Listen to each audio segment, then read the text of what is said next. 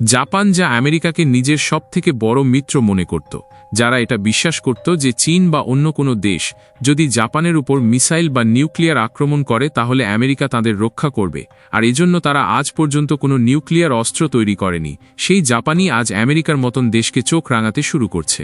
কিন্তু হঠাৎ কি করল জাপান? কিভাবে জাপানের আমেরিকার বিরুদ্ধে কূটনীতি শুরু হলো, আর ভারত তার কিভাবে পথ বদলেছে, এবং ট্রাম্পের বিশ্ব খেলা কি সত্যিই শেষ হয়ে যাচ্ছে? চলুন জানা যাক আজকের ভিডিওতে।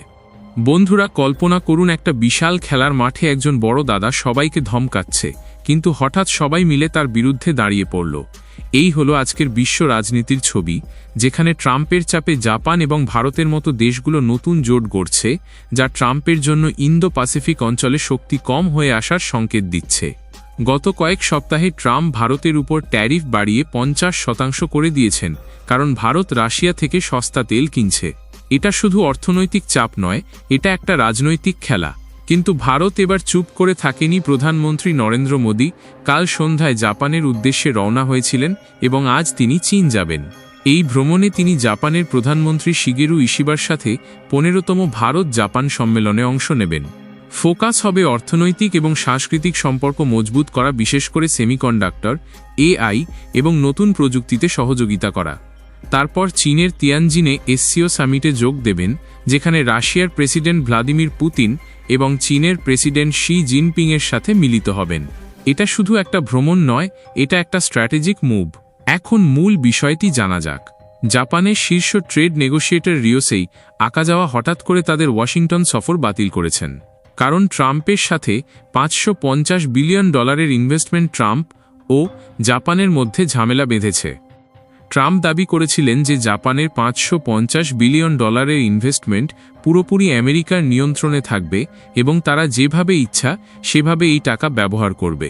কিন্তু জাপান স্পষ্ট জানিয়েছে এটা কোনো একতরফা ফান্ড নয়, বরং একটি যৌথ বিনিয়োগ, যেখানে প্রফিট বিনিয়োগের অনুপাতে ভাগ করতে হবে।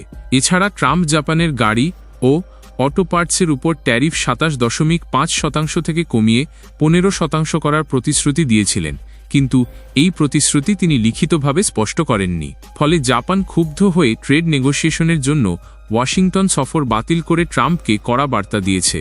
এটা প্রথমবার যে জাপান ট্রাম্পকে সরাসরি চ্যালেঞ্জ করছে। এর সাথে জাপান যুক্ত হয়েছে রাশিয়া চীনের প্রথম যৌথ সাবমেরিন প্যাট্রোল প্যাসিফিকে। এই প্যাট্রোলে দুটো diesel submarine sea of Japan এবং ইস্ট চায়না সিতে ঘুরেছে, যা 2000 নটিক্যাল মাইলের বেশি।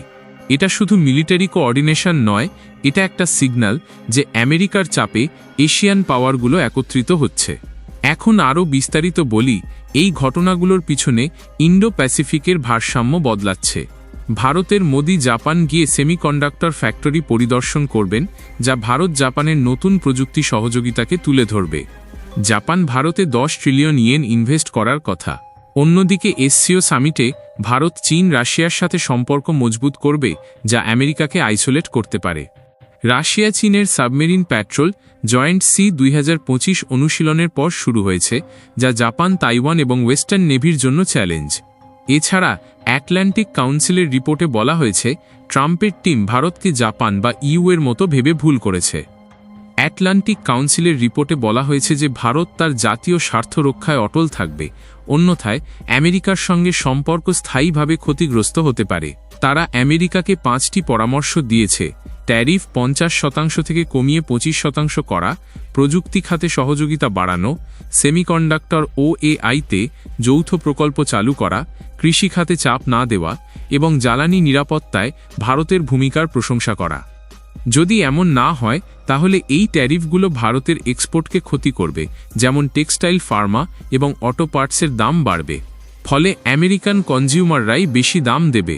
জাপানের ক্যান্সেলেশন দেখিয়েছে যে ট্রাম্পের একতরফা ডিল এখানে কাজ করবে না।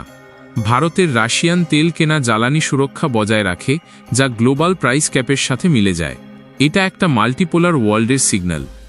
এ বিষয়ে American senator Lindsey Graham tweet করেছেন যে ভারত, চীন, ব্রাজিল রাশিয়ান তেল কিনে পুতিনের যুদ্ধকে সাহায্য করছে এবং এর ফলে ইউক্রেনে নিরীহ লোক মারা যাচ্ছে। অন্যদিকে হাউস ডেমোক্র্যাটস ট্রাম্পের ট্যারিফকে আমেরিকানদের ক্ষতি বলে সমালোচনা করেছেন। মোদি নিজে টুইট করে বলেছেন এই ভ্রমণ জাতীয় স্বার্থকে এগিয়ে নেবে। বন্ধুরা, এটা দেখায় যে কিভাবে ভারত এবং জাপান ট্রাম্পের চাপে না ঝুঁকে নতুন পথ খুঁজছে।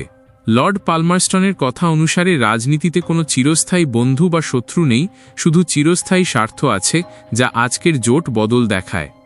সহজ ভাষায় বলি, ট্রাম্প ভাবছেন তিনি সবাইকে চাপ দিয়ে নিয়ন্ত্রণ করবেন, কিন্তু জাপানের এই ক্যান্সেলেশন দেখিয়েছে যে বুলি করলে সবাই পাল্টা দেবে। ভারত ও চীন রাশিয়ার সাথে কাছাকাছি হচ্ছে। এসসিও সামিটে মোদি, পুতিন ও জিনপিং সাথে কথা বলবেন, যা ইন্ডো প্যাসিফিকের ভারসাম্য বদলাবে। রাশিয়া চীনের সাবমেরিন প্যাট্রোল দেখিয়েছে যে আমেরিকা একা পড়ছে। এটা কোনো ছোট খবর নয়, এটা বিশ্বের নতুন অর্ডার। আমার মতে এই ঘটনাগুলো দেখিয়েছে যে ট্রাম্পের একতরফা নীতি দীর্ঘমেয়াদে আমেরিকাকেই ক্ষতি করবে। ভারতের মতো দেশগুলো স্বাধীনভাবে সিদ্ধান্ত নেয়, না হলে তারা নতুন জোট গড়ে। জাপানের চোখ দেখানো একটা উদাহরণ যে এশিয়ান দেশগুলো আর চুপ থাকবে না। রাশিয়া চীনের পেট্রোল দেখিয়েছে যে পশ্চিমের স্যাংশন ফেল করছে। ভারতের জন্য এটা সুযোগ, অর্থনৈতিক স্বাধীনতা বজায় রেখে নতুন পার্টনার খোঁজা। কিন্তু ঝুঁকিও আছে, যেমন চীনের সাথে সীমান্ত সমস্যা। মোদির এই ভ্রমণ একটা স্মার্ট মুভ, যা বিশ্বে ভারতের অবস্থান মজবুত করবে। আমেরিকা যদি রিসেট না করে, তাহলে মাল্টিপোলার ওয়ার্ল্ড আরও দ্রুত আসবে। আমরা সাধারণ মানুষের জন্য এটার মানে সস্তা তেল, কিন্তু ট্রেড ওয়ারে দাম বাড়তে পারে। বন্ধুরা, এটিকে আমেরিকার দৃষ্টিকোণ থেকে দেখলে ট্রাম্পের ট্যারিফ একটা প্রয়োজনীয় পদক্ষেপ। আমেরিকা চায় তার অর্থনীতি রক্ষা করতে এবং রাশিয়ান তেল কেনা পুতিনকে সাহায্য করে। ডেমোক্র্যাটরা বলছে এটা আমেরিকান কনজিউমারদের ক্ষতি, কারণ দাম বাড়বে। জাপানের ক্যান্সেলেশন একটা অস্থায়ী সমস্যা, কিন্তু দীর্ঘমেয়াদে আমেরিকা জাপান অ্যালায়েন্স মজবুত। ভারতের চীন রাশিয়া কাছাকাছি হওয়া আমেরিকার জন্য চ্যালেঞ্জ, কিন্তু এটা ভারতের নিরপেক্ষতার অংশ। আটলান্টিক কাউন্সিলের রিসেট প্রস্তাব দেখায় যে আমেরিকা ভারতকে হারাতে চায় না। সাম্প্রতিক রাজনৈতিক ঘটনাবলী থেকে দুটি বহু নির্বাচনী প্রশ্ন নিচে দেওয়া হল। 1. ব্রিক্স জোটের সাম্প্রতিকতম সম্প্রসারণে কোন দেশটি সদস্য হিসেবে যুক্ত হয়েছে, যা তাদের মধ্যপ্রাচ্য এবং এশিয়ায় প্রভাব বাড়িয়েছে? Option A Indonesia, option B সৌদি আরব, option C Pakistan, option D Argentina. 2. দক্ষিণ আফ্রিকার সাম্প্রতিক নির্বাচনে কোনো একক দল সংখ্যাগরিষ্ঠতা না পাওয়ায় কোন ধরনের সরকার গঠিত হয়েছে? অপশান এ জোট সরকার, অপশান বি বিরোধী দলীয় সরকার, অপশান সি একদলীয় সরকার, অপশান ডি রাষ্ট্রপতি শাসিত সরকার। কমেন্টে আপনার উত্তর অবশ্যই জানান। যদি আপনার উত্তর সঠিক হয়, তাহলে আপনি আমাদের চ্যানেলের পক্ষ থেকে একটি হার্ট পাবেন।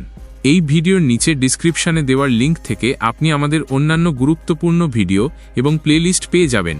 সেটিকে একবার চেক করে অবশ্যই দেখবেন। আপনারা চাইলে আমাদের চ্যানেলের জয়েন বাটনে ক্লিক করে বা ইউপিআই এর থ্রু আরও সাপোর্ট দেখাতে পারেন। আপনাদের সাপোর্ট আমাদের আরও মোটিভেট করবে।